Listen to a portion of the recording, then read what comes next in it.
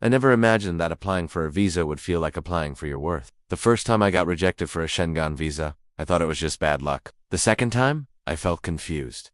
And by the third rejection, I was crushed. I had the same dream that so many people have.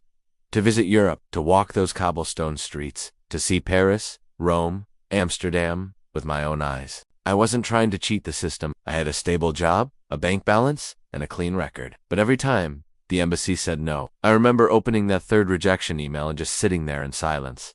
No explanation that made sense. Just a cold refusal. But that rejection didn't stop me. It woke me up. I realized I had to stop treating the process like a simple checklist and start understanding what the visa officers were actually looking for. So I began studying seriously. I read every guide, every official embassy FAQ, every real visa story I could find. And one thing became very clear. Most people, including me, were approaching this process completely wrong. It wasn't about just having documents. It was about telling a story, one that the visa officer could believe in. I learned that choosing the right Schengen country mattered. Some countries are more flexible and applicant-friendly. So on my fourth attempt, I applied through Spain, which had higher approval rates and a reputation for clear decisions. I also rewrote my entire cover letter, not a generic template. I wrote a personal story, who I was, why I wanted to travel, what I planned to do, and most importantly, why I would return. I included everything I had been missing before, a fully detailed Debiti itinerary, confirmed hotel bookings for each night, transportation between cities, and even a Google map showing my route. I attached my employment letter,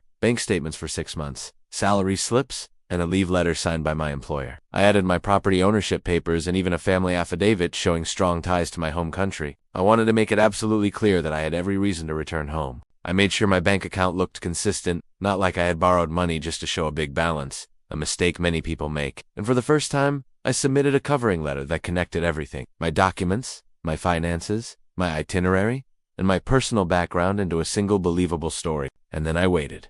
Days felt like weeks. I kept checking my email, heart pounding every time I saw a notification. And then it came. Your visa has been approved. I read it 3 times. I couldn't believe it. After 3 painful rejections, the door had finally opened, and I learned something powerful. The visa system isn't perfect, but it rewards preparation, honesty, and clarity. It's not about tricks, it's about trust. When you give the embassy every reason to believe you are who you say you are, not just in documents, but in how those documents fit your life, they notice. If you're watching this and you've been rejected, I want to tell you something important. You are not alone, and you are not finished. A rejection doesn't mean you failed. It means you need a new strategy. Start fresh, choose the right country, fix your gaps, write your own story, not a copied one. Don't pay agents who don't care. You can do this yourself better than they can, because only you know your truth. And if you're applying for the first time, take my advice seriously. Don't wait until you get rejected to learn.